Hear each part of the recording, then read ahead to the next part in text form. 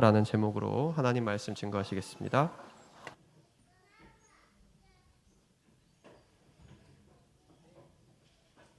네, 예수 그리스도 이름으로 하나님 말씀 증거하겠습니다. 먼저 하나님 말씀 찾겠습니다.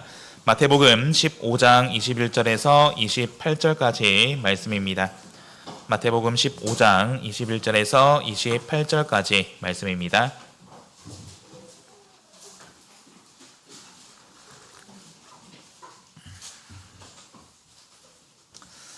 마태복음 15장 21절에서 28절까지 말씀 찾으셨으면 저와 성도님들 한 절씩 나누어서 교독하도록 하겠습니다.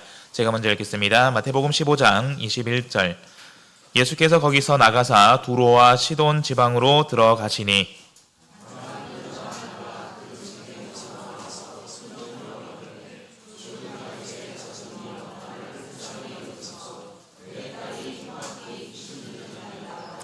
예수는 한 말씀도 대답지 아니하시니 제자들이 와서 청하여 말하되 그 여자가 우리 뒤에서 소리를 지르오니 보내소서.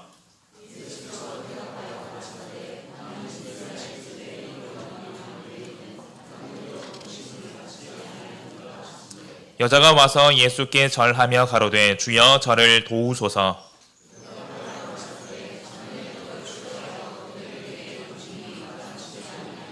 여자가 가로되 주여 올소이다마는 개들도 제 주인의 상에서 떨어지는 부스러기를 먹나이다 하니 이에 예수께서 대답하여 가라사대 여자야 내 믿음이 크도다 내 소원대로 되리라 하시니 그 시로부터 그의 딸이 나으니라. 아멘. 할렐루야.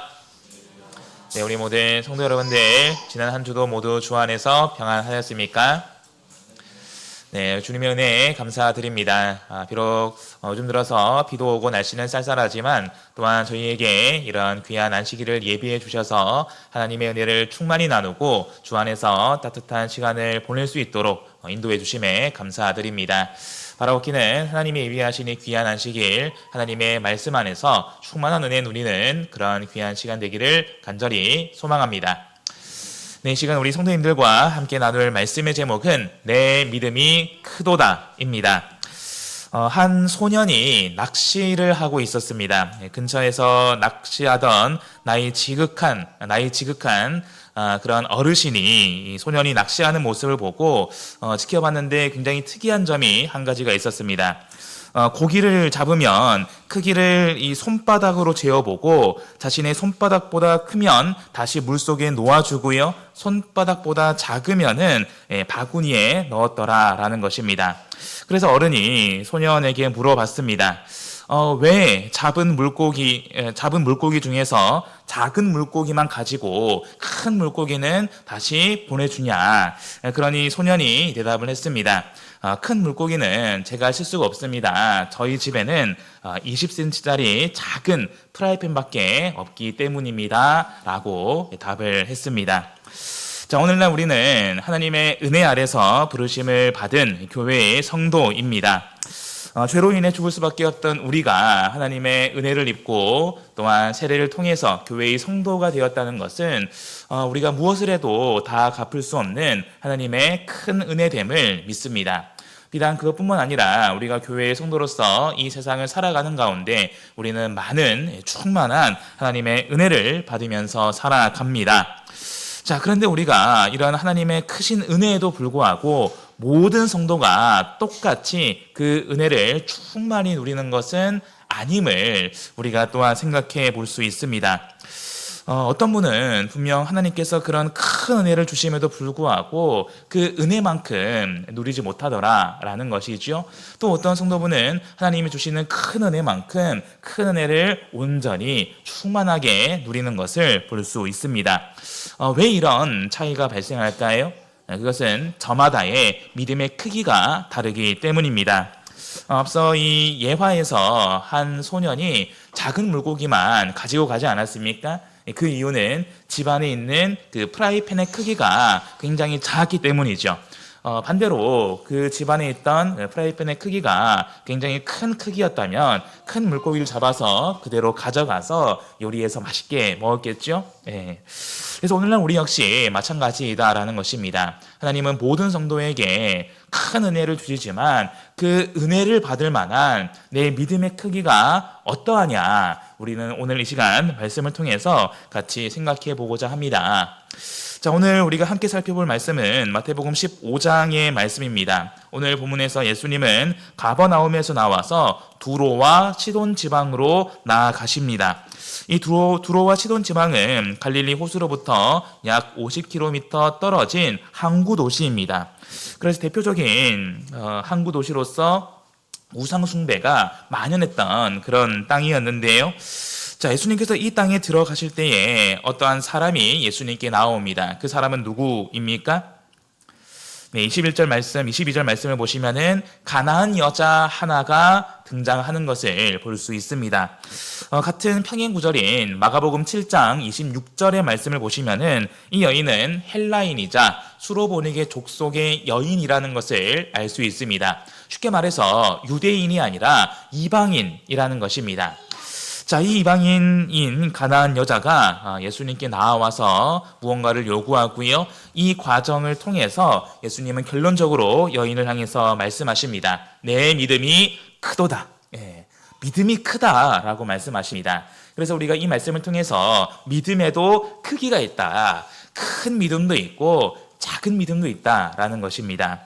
자, 오늘 이 말씀을 통해서 예수님이 인정하신 이 여인의 믿음은 어떤 믿음이었는지, 그리고 우리가 어떤 삶의 문제 앞에서 어떤 믿음으로 나아가야 되는지 말씀을 통해서 같이 상고해 보겠습니다. 자, 첫 번째로 우리가 생각할 만한 이 여인의 믿음은 진실하고 간절히 구하는 믿음이었습니다. 진실하고 간절히 구하는 믿음. 자, 오늘 본문 22절의 말씀을 같이 읽어보겠습니다. 22절 읽겠습니다. 시작.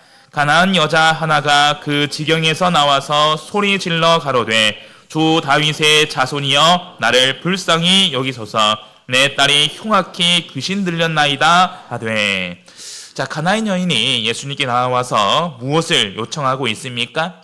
네, 흉악한 귀신 들린 내 딸을 고쳐주실 것을 구하고 있습니다. 자, 그런데 구체적으로 어떤 모습으로 지금 이것을 구하고 있습니까?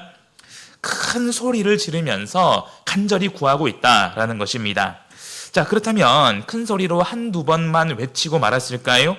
자, 계속해서 23절의 말씀을 계속 읽어보겠습니다. 23절 읽겠습니다. 시작. 예수는 한 말씀도 대답지 아니하시니 제자들이 와서 청하여 말하되 그 여자가 우리 뒤에서 소리를 지르오니 보내소서. 자, 지금 여자가 와서 예수님께 딸의 치유를 요청하고 있죠.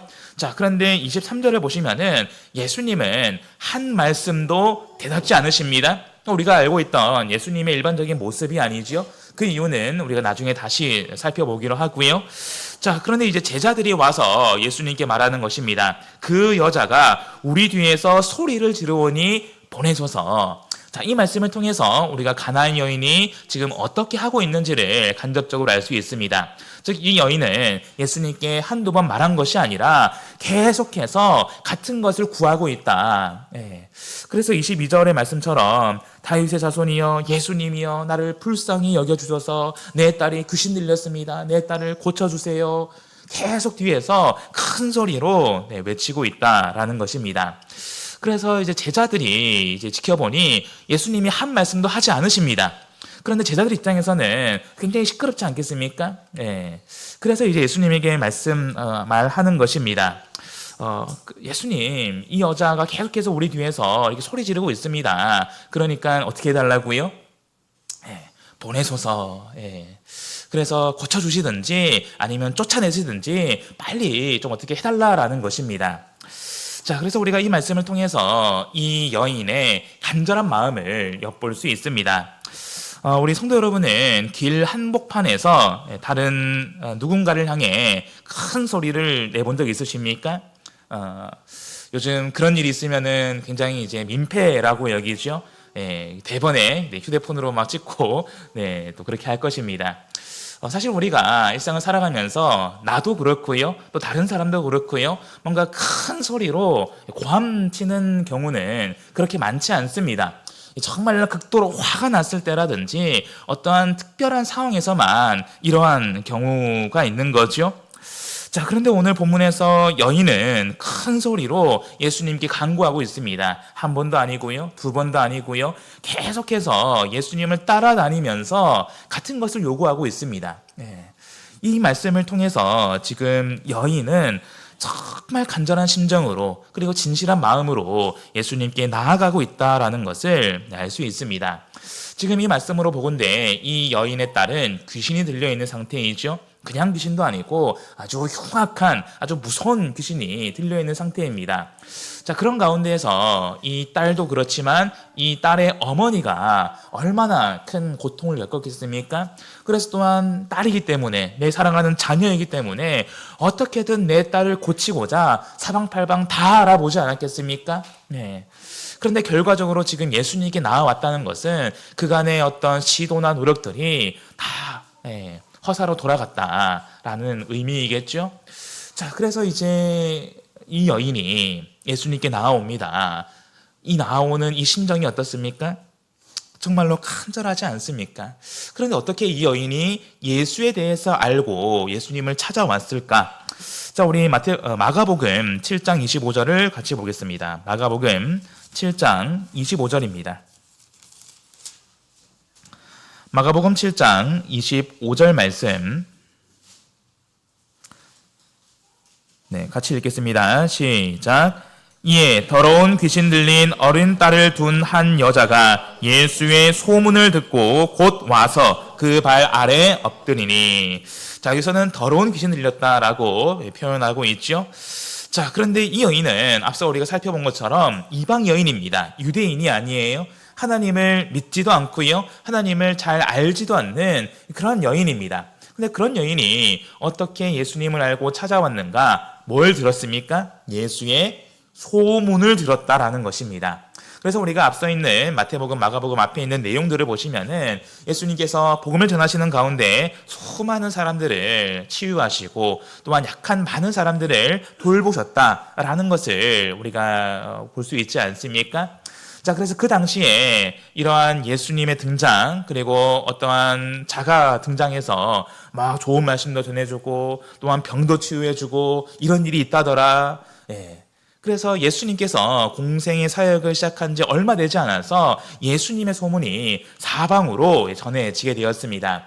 그 소문을 이제 가나안 여인, 이 여인이 듣게 된 것입니다.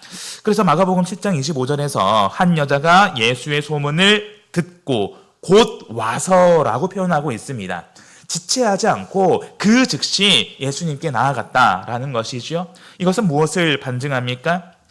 그만큼 정말 지푸라기라도 잡는 심정으로, 비록 내가 지금까지는 모든 것을 다 실패했지만 그래도 내가 지금 들은 예수님이라는 분이라면 그분이 내 딸을 고쳐줄 수 있지 않을까? 라는 그런 간절한 마음으로, 그리고 예수님을 의지하는 마음으로 지금 예수님을 찾아왔다라는 것입니다. 그래서 이 여인의 마음속에는 가장 먼저 진실한 마음이 있었습니다. 진실한 믿음이 있죠. 정말 예수님이라면, 이분이라면, 내가 들은 바로 그 예수님이라면 내 딸을 고쳐줄 수 있다. 그 믿음을 가지고 예수님께 나아왔고요, 마침내 예수님을 만났을 때 정말로 간절한 심정을 담아서 예수님의 도움을 간구하고 있다. 소리 지르면서, 부르짖으면서 예수님을 찾고 예수님을 구하고 있다라는 것입니다. 자, 우리 성도 여러분들은 지금 삶을 살아가시는 가운데 내 몸, 내 마음을 괴롭히는, 나를 괴롭게 하는 그런 어떤 삶의 문제가 있으십니까? 만약 그런 삶의 문제가 있다면 우리 성도 여러분들은 어떻게 극복하십니까? 세상에서는 같은 문제를 두고도 그 문제를 해결하는 여러 가지 방법이 있을 것입니다. 그리고 수많은 사람들이, 또 어떤 수많은 저명한 사람들이 어떠한 문제를 해결하는 여러 가지 대안들, 방법들을 제시해 주지요. 자, 그런데 우리는 누구를 믿는 사람들입니까? 하나님, 예수님을 믿는 신앙인이지 않습니까? 그래서 우리는 어떤 삶의 문제를 만나게 됐을 때 그 문제를 가지고 누구에게 나아갑니까? 네, 예수님께 나아갑니다. 그래서 일반적으로 우리가 삶에 어떤 문제가 발생하거나 혹은 고난을 당할 때 우리는 그 문제를 가지고 예수님께 나아가 기도합니다. 자, 그런데 우리가 기도할 때에 내 마음을 좀 들여다볼 수 있어야 되겠습니다. 다시 말하면은 나는 어떤 믿음으로, 어떤 마음으로 예수님께 나아가고 예수님께 기도하고 있냐라는 것입니다. 우리 성도 여러분들은 정말로 예수님께서는 모든 것이 다 가능하시고 그 전능하신 예수님께서 나의 삶의 문제도 반드시 해결해 주실 수 있다라는 분명한 믿음으로, 진실한 믿음으로 예수님을 찾고 있습니까? 우리가 나는 신앙인이기 때문에, 우리는 신앙인이기 때문에 문제를 만나면 기도를 합니다. 근데 기도를 하면서도 사실 내 마음속 저편에는 그런 마음이 있을 수 있다는 것입니다. 내가 지금 문제를 만나서 고난을 당해서 기도를 하기는 하는데 예수님이라고 하나님이라고 해서 이런 문제를 해결해 주실 수 있을까? 물론 우리 성도 여러분들은 다 믿음이 있어서 그런 생각은 한 번도 해보지 않으셨죠? 참 대답을 하기 힘든 질문이죠. 막상 기도를 한다고 하면서도 마음이 평안하지가 않습니다. 보통 우리가 성경 말씀을 통해 배운 기도라면은 우리가 어떤 걱정이나 염려를 할 때에 기도를 하면은 하나님께 다 맡기면은 분명 마음속에 참된 평안이 있어야 되는데 기도를 마쳐도 아무리 기도를 해도 내 마음은 여전히 불안합니다. 내 마음에는 참된 평안이 없고요, 안식이 없습니다. 그렇다면 사실 우리가 우리의 마음을 돌아볼 수 있어야 된다라는 것이죠. 기도를 하기는 하지만 어쩌면 내 마음속에는 어떤 예수님의 능력을 의심하는 그런 마음이 있을 수 있다. 우리가 지식적으로는, 우리가 말로는 하나님은 전능하신 하나님이야. 예수님은 못할 것이 없는, 다 하실 수 있는 그런 분이야 라고 여기면서도 정작 내 마음속에는 그것을 온전히 믿지 못하는 그런 믿음이 있을 수 있다라는 것입니다. 자, 그래서 우리가 가장 먼저는 이러한 믿음을 세울 수 있어야 된다라는 것입니다. 오늘 본문에서 우리가 주목할 것은 이 대상은, 예수님께 나아온 이 여인은 이방 여인이라는 것입니다. 하나님을 잘 알지 못하고요, 하나님을 믿지 않는 그런 여인입니다. 근데 그런 여인이 어떻게 예수님을 알고 어떻게 믿음을 가지고 예수님께 나아왔는가? 가장 먼저는 소문을 들었다. 예수님에 대해서 들었다라는 것이죠.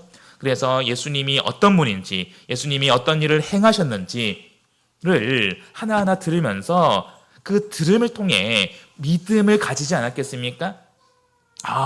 정말 예수님은 그런 분이구나. 그런 예수님이라면 복음을 전해주시고 병자를 치유해 주시고 귀신도 쫓아내시는 그런 전능하신 분이라면 내 딸도 고쳐주실 수 있을 거야 라는 믿음을 가지고 지금 이 여인은 예수님께 나아왔다라는 것입니다. 그래서 만약 내가 내 마음을 들어볼 때 어떤 예수님에 대한 분명한 믿음이 없다면 우리는 가장 먼저 어떤 일에 힘써야 될까요? 말씀을 듣는 일에 힘써야 된다라는 것입니다. 그래서 우리가 교회의 성도로서 말씀을 듣는 많은 기회가 있지 않습니까? 개인적으로 보자면은 내가 매일 시간을 내서 성경을 읽는 묵상 시간이 있을 것입니다. 그리고 공동체적으로 보자면은 교회에서 안배된 예배 시간이 있지 않습니까? 그래서 우리가 예배 시간 하면 언제가 있습니까? 우리가 일주일을 보자면은 화요일에 고정적으로 저녁 예배 시간이 있지요. 금요일에 안식일 저녁 예배가 있습니다. 토요일에 안식일 오전 예배, 그리고 오후에 우리 분반 예배가 있습니다. 그래서 우리가 이렇게 예배 시간 듣는 말씀을 통해서 예수님은 어떤 분인지, 하나님은 어떤 분인지를 계속해서 듣는 가운데 배워가야 된다. 그리고 특별히 오후 시간에는 분반 예배가 있지 않습니까? 우리가 잊지 말아야 될 것은 오후 시간의 예배도 예배라는 것입니다.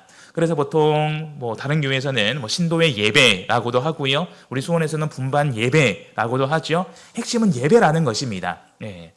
그래서 오전 예배와의 차이라면은 오전 예배는 설교자를 통해서 선포되는 하나님의 말씀을 듣는 시간이라면 분반 예배는 말 그대로 반을 나누어서 들은 말씀을 내 삶에 적용시키고 그리고 서로 나누는 데 있다. 네.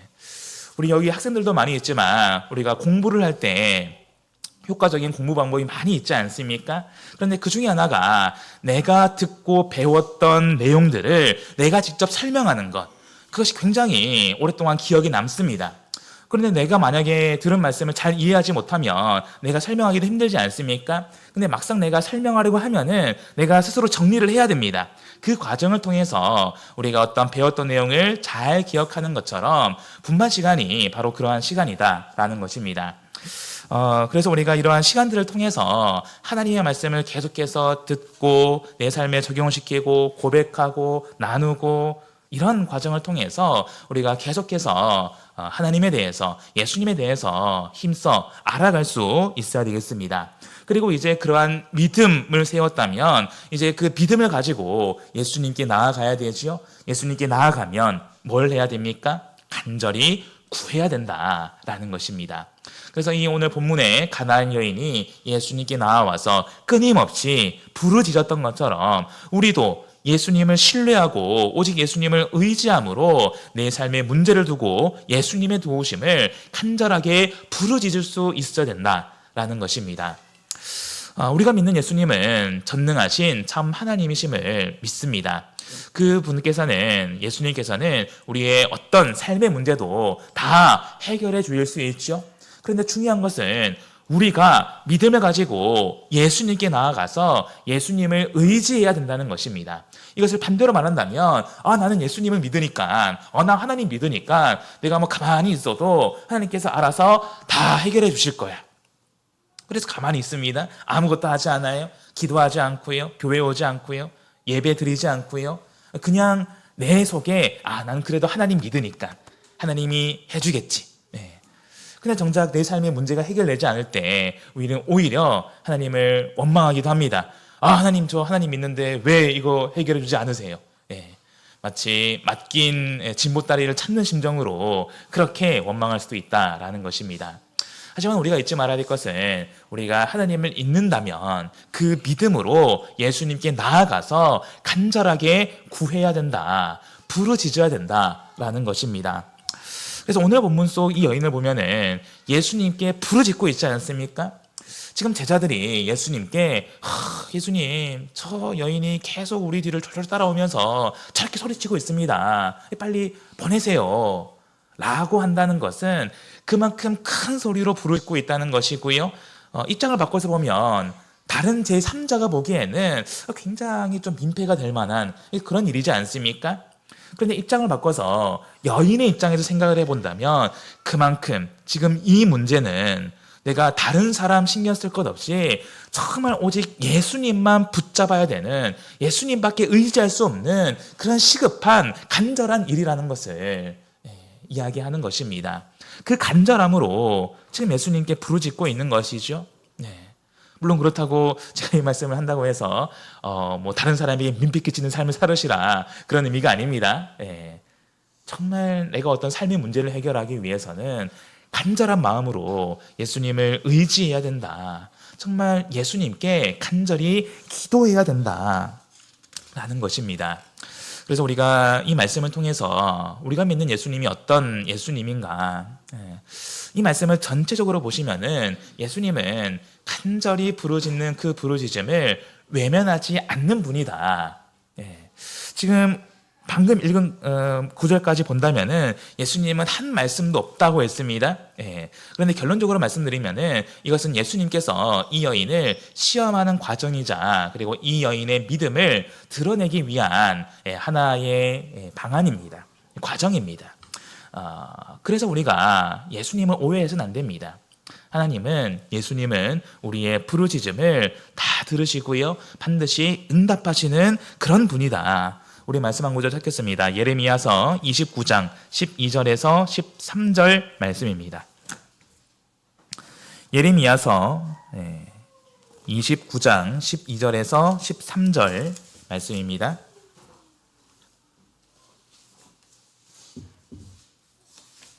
예레미야 29장 12절 13절 말씀 찾으셨으면 함께 읽겠습니다. 시작. 너희는 내게 부르짖으며 와서 내게 기도하면 내가 너희를 들을 것이요 너희가 전심으로 나를 찾고 찾으면 나를 만나리라. 아멘. 예레미야 선지자는 하나님의 이 말씀을 대언을 하면서 이렇게 얘기합니다. 너희는 내게 부르짖으며 와서 내게 기도하면 내가 너희를 들을 것이다. 이 예레미야 선지자가 하나님의 말씀을 전하는 이 당시에는 이 이스라엘, 유다라는 나라가 멸망해 가던 그런 시기였습니다. 아무 희망이 없어요. 그 백성들의 죄로 인해서 돌이킬 수 없는 그 지경으로 나아가는데 그 과정 가운데서 지금 하나님께서 말씀하시는 것입니다.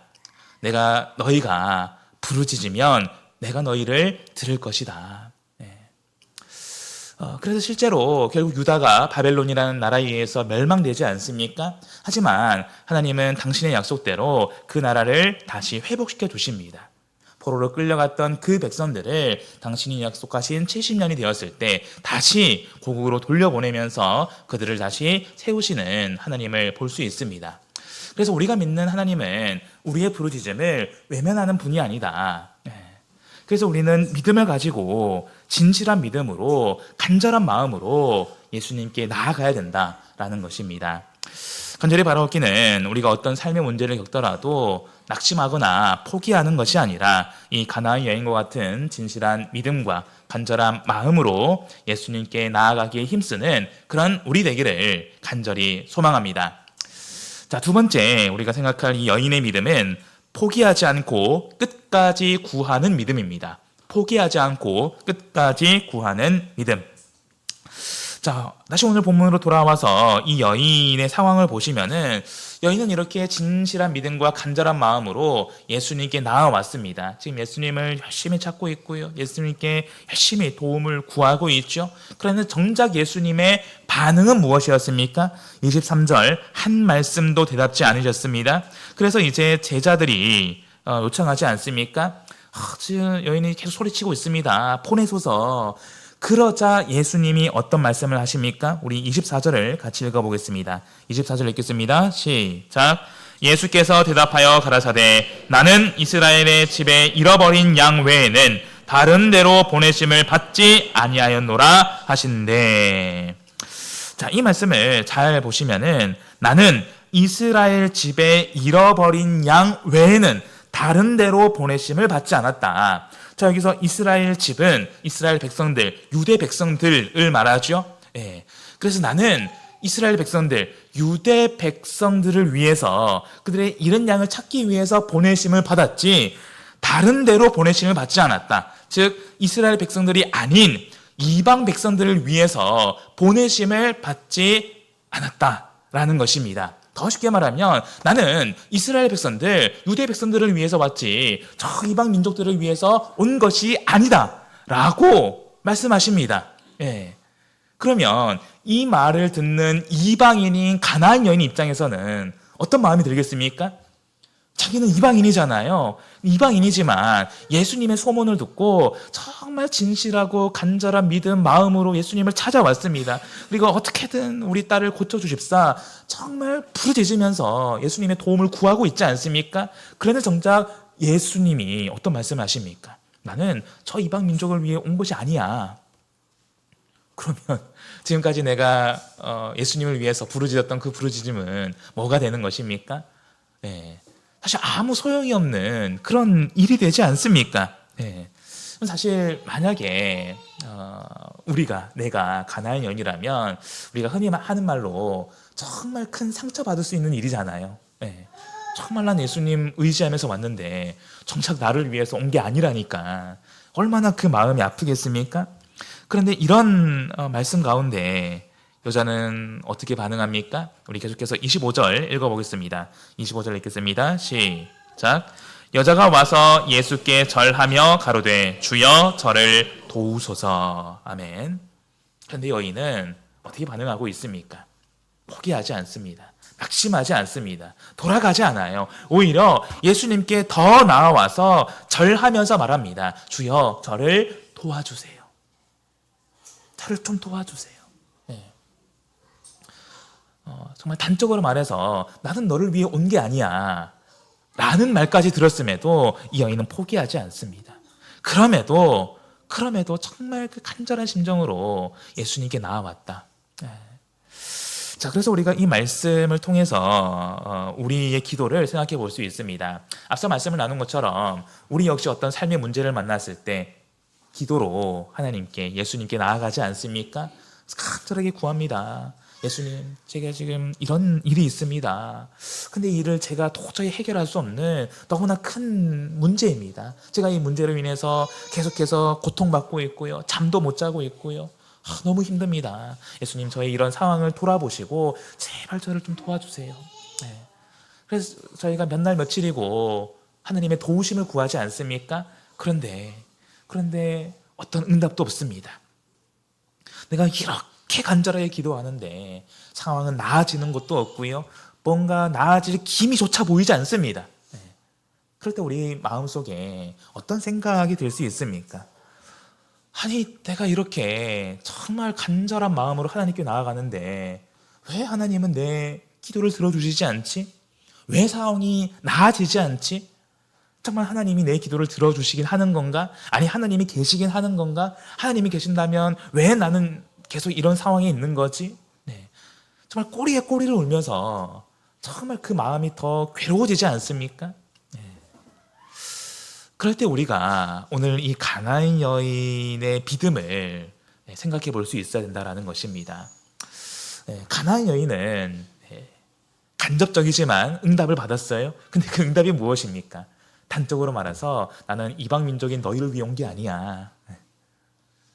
그러면 만에 하나입니다. 만에 하나. 네. 만에 하나 우리가 열심히 기도를 하는데 하나님이 음성으로 말씀하십니다.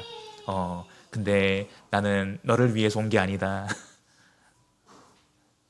나는 너의 기도를 들어주지 않을 거다.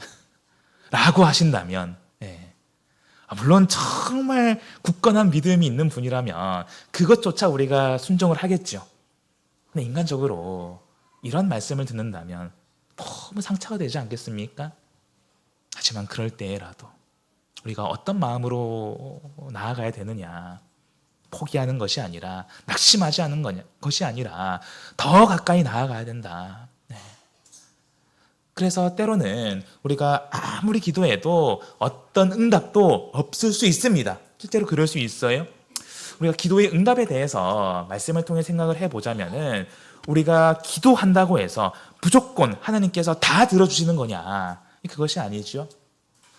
때로는 하나님께서 그 기도에 응답하셔서 우리가 원하는 기도 제목을 이루어 줄 수 있습니다.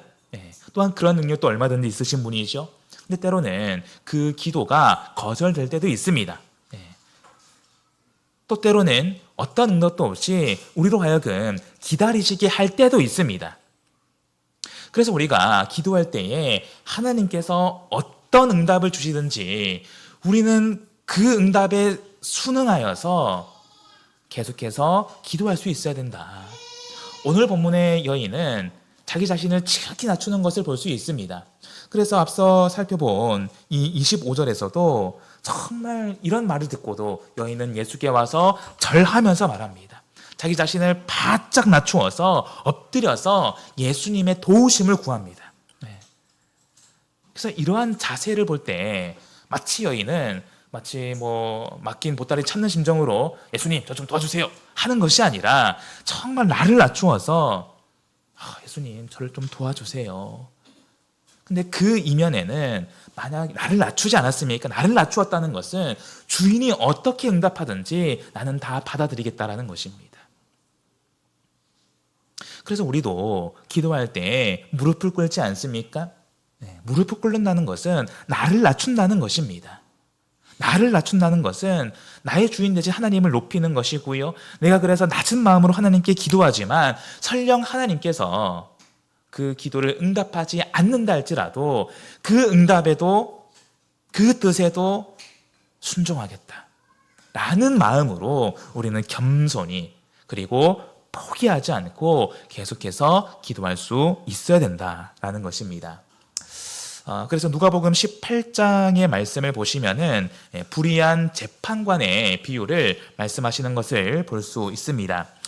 이 말씀을 찾아보겠습니다. 누가복음 18장 1절에서 8절까지 말씀입니다. 누가복음 18장 1절에서 8절 1절의 말씀을 보시면은 이 비유의 의미에 대해서 먼저 설명을 하십니다. 항상 기도하고 낭망치 말아야 될 것을 저희에게 비유로 하여. 우리가 항상 기도해야 된다. 근데 항상 기도하되 낭망치 말아야 될 것을 비유로 말씀하셨다. 이 말을 돌려서 생각을 해보면은 우리가 항상 기도하지만 어떤 순간에는 낭망할 수 있다, 낙심할 수 있다라는 것입니다. 예를 들어서 내가 아무리 기도해도 어떤 응답도 없을 때 우리가 낙심할 수 있겠죠. 근데 그럼에도 우리는 항상 기도해야 된다. 그래서 그 비유가 무엇입니까? 2절에서 8절 말씀을 보시면은 이 비유의 내용이 나오는데요. 어떤 도시에 하나님을 두려워하지 않고 사람을 무시하는 한 불의한 재판관이 있습니다. 쉽게 말하면 나쁜 한 재판관이 있어요. 근데 한 과부가 이 재판관에게 와서 제발 제 원수에 대한 원한을 풀어주세요. 간절히 요청합니다. 자, 그래서 4절에 보면은 듣지 않아요. 오늘, 내일, 그 다음날 얼마 동안 아무리 이 여인이 부탁을 해도 이 나쁜 재판관은, 불의한 재판관은 들어주지 않습니다.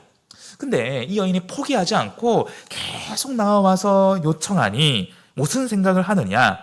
4절 5절을 보면은 내가 비록 하나님을 두려워하지 않고 사람을 무시하지만 이 과부가 나를 계속 이렇게 번거롭게 하니 내가 이제 그 원한을 풀어줘야겠다. 그래서 이 비유를 말씀해 주신 것은 이러한 불의한 재판관도 이럴진데 우리가 믿는 하나님이 우리의 기도를 들어주지 않겠느냐. 그래서 결론적으로 7절 8절의 말씀을 보시면은 이렇게 말합니다. 누가복음 18장 7절 8절 같이 읽겠습니다. 시작.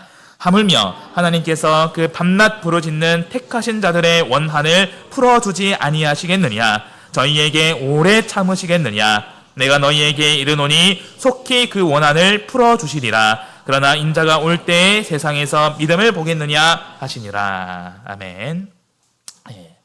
그래서 우리가 믿는 하나님은 바로 이러한 하나님이다라는 것입니다. 앞서 우리가 첫 번째 내용에서 나누었던 것처럼 하나님은 당신의 백성의 그 부르짖는 음성을 결코 외면하지 않는 하나님이다. 그래서 우리가 어떤 삶의 문제 앞에서 하나님께 간절히 기도할 때 때로는 우리가 기대한 응답이 없을 수도 있습니다. 기다려야 할 수도 있어요. 하지만 우리는 이 말씀을 교훈 삼아서 변함없이 간절함으로 하나님께 나아가 하나님의 도우심을 구할 수 있어야 되겠습니다.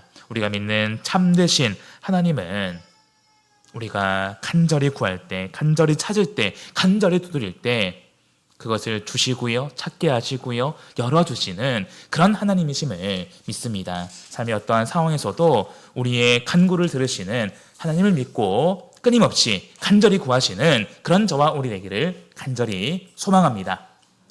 마지막 세 번째로 이 여인의 믿음은 예수님의 작은 은혜로도 충분한 믿음입니다. 예수님의 작은 은혜로도 충분한 믿음. 자, 이제 다시 오늘 본문 돌아오도록 하겠습니다. 오늘 본문 25절에서 이 여인은 포기하지 않고 낙심하지 않고 예수님께 나아가서 절을 하며 도움을 구했습니다. 그러자 이 여인이 이 예수님이 어떤 말씀을 하십니까?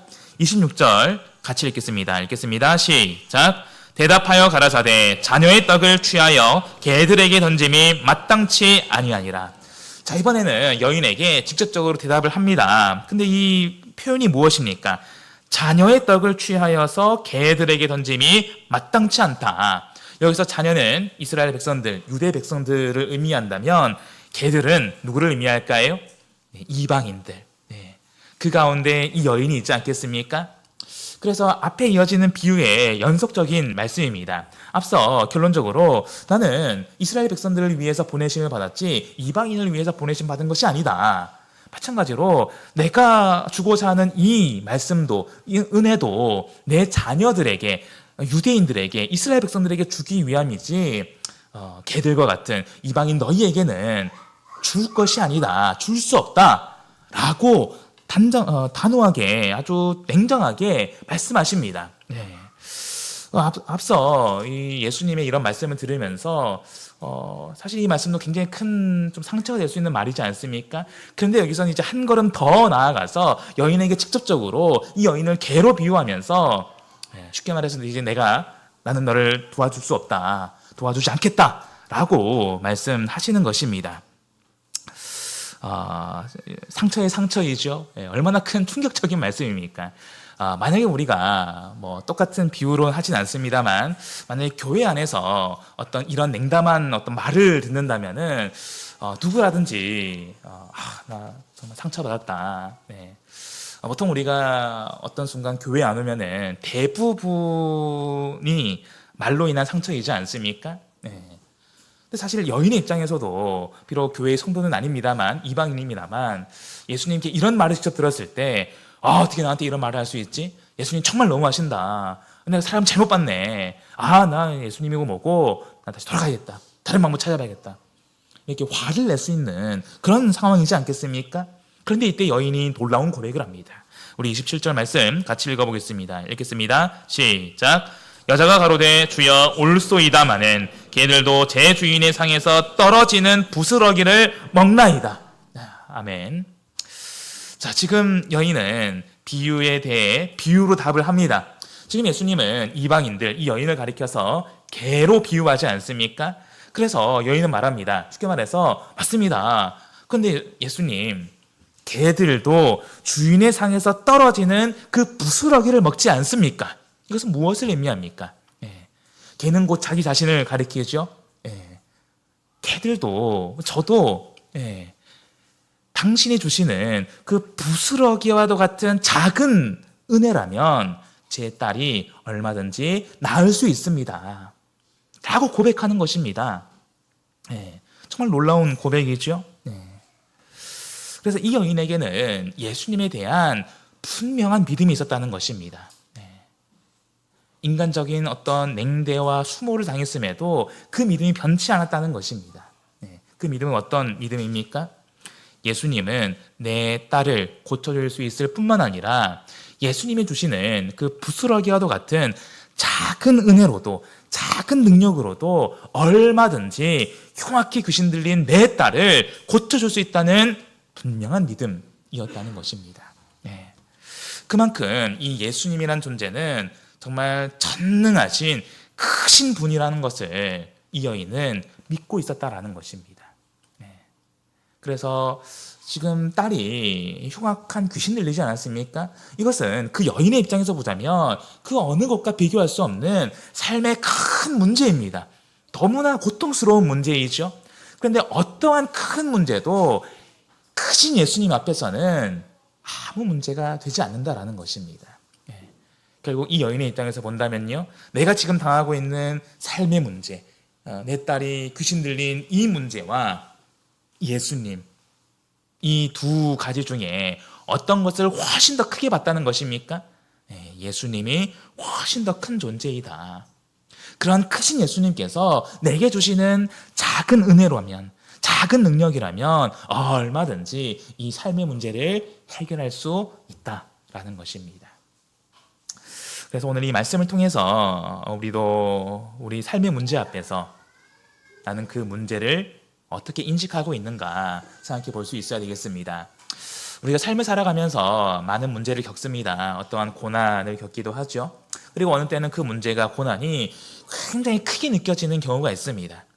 그래서 그 문제 앞에서 이러지도 못하고 저러지도 못하고 전전긍긍하면서 하나님께 나아가죠. 기도합니다. 근데 기도를 하면서도 계속 그 마음 때문에 염려하고 걱정해요. 그럼 우리는 생각해 볼 수 있어야 된다라는 것입니다. 나는 하나님과 내 문제 중에 무엇을 더 크게 보고 있는가? 때로는 내가 말로는 하나님을 믿는다고 말하면서 하나님은 전능하신 분이다 라고 말하면서 정작 내가 겪는 그 삶의 문제 앞에서는 하나님을 작은 존재로 인식하고 있지 않은가? 간절히 바라옵기는 우리가 믿는 하나님은 그런 작은 하나님이 아니다. 이 세상에서 그 무엇과도 비교할 수 없는 가장 크신, 전능하신 그런 하나님됨을 믿기를 원합니다. 그런 분명한 믿음을 세우기를 간절히 소망합니다. 그래서 우리가 이런 과정 가운데에서 비록 여인이 많은 시련이 있었지만 이런 분명한 믿음으로 예수님께 나아갔죠.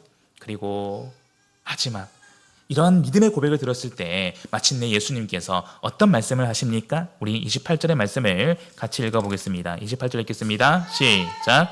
이에 예수께서 대답하여 가라사대 여자야 내 믿음이 크도다 내 소원대로 되리라 하시니 그 시로부터 그의 딸이 나으니라. 아멘. 비로소 예수님은 말씀하십니다. 이 말씀을 통해서 지금까지 예수님이 여인에게 보였던 이런 행동이나 반응이나 말씀은 다 하나의 시험의 과정이었음을, 이 여인의 믿음을 드러내기 위한 과정이었음을 우리가 이해할 수 있습니다. 예수님은 어떤 칭찬을 하십니까? 여자야 내 믿음이 크도다. 네.